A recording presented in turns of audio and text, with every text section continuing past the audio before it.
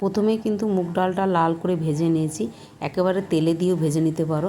এবার তেলে কটা কাঁচা লঙ্কা ফেলে দিয়ে দেবো, একটু পাঁচফোড়ন দেওয়া যেতে পারে। তোমাদের বাড়িতেও কি লাউ খাওয়া নিয়ে নিত্য মানে ঝামেলা আছে? বাচ্চারা লাউ খেতে চায় না। আজকে তোমাদের এমন একটা লাউয়ের রেসিপি দেখাবো যেটা রুটি ভাত সবের সঙ্গে ভালো লাগে, আর সুগারের পেশেন্টের জন্য খুব ভালো। কোনো রকম চিনি প্রয়োগ ছাড়াই মিষ্টি লাগবে। এখানে বেশ অনেকটা লাউ আর গাজর কেটে নিয়েছি, দুটো গাজর কেটেছি, তুমি চাইলে আরও বেশিও দিতে পারো।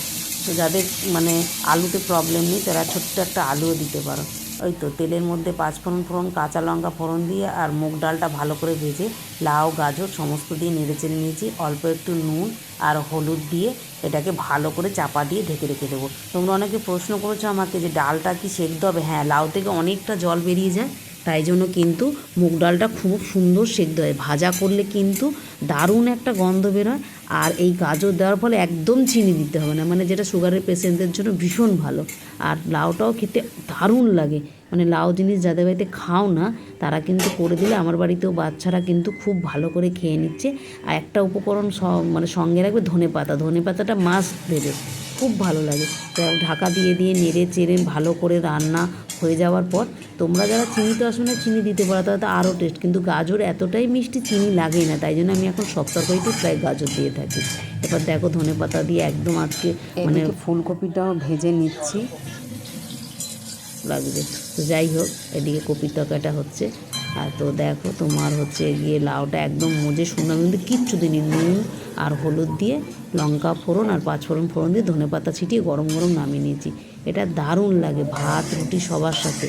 আর যারা অনেক বেশি সবজি খেতে আমার মতো সুগারে, তো আমি এরকম নানা রকম পদ তৈরি করে নিয়ে খাই যাতে ভাতটা কম খেতে হয়। তো আজ এটুকুই।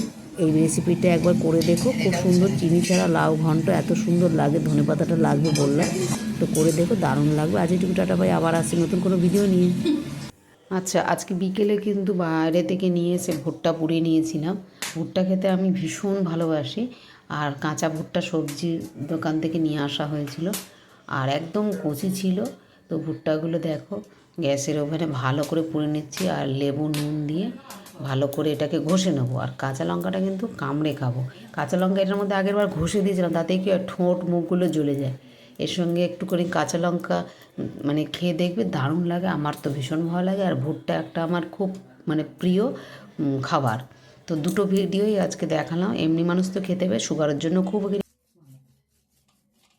আর হ্যাঁ, ওই যে অত সুন্দর গোল গাটল একটা লাউ কেটেছি, তার ভীষণ কচি কচি খোসা ফেলে মানে পেয়েছি, সেটা তো আর ফেলে দেবো না।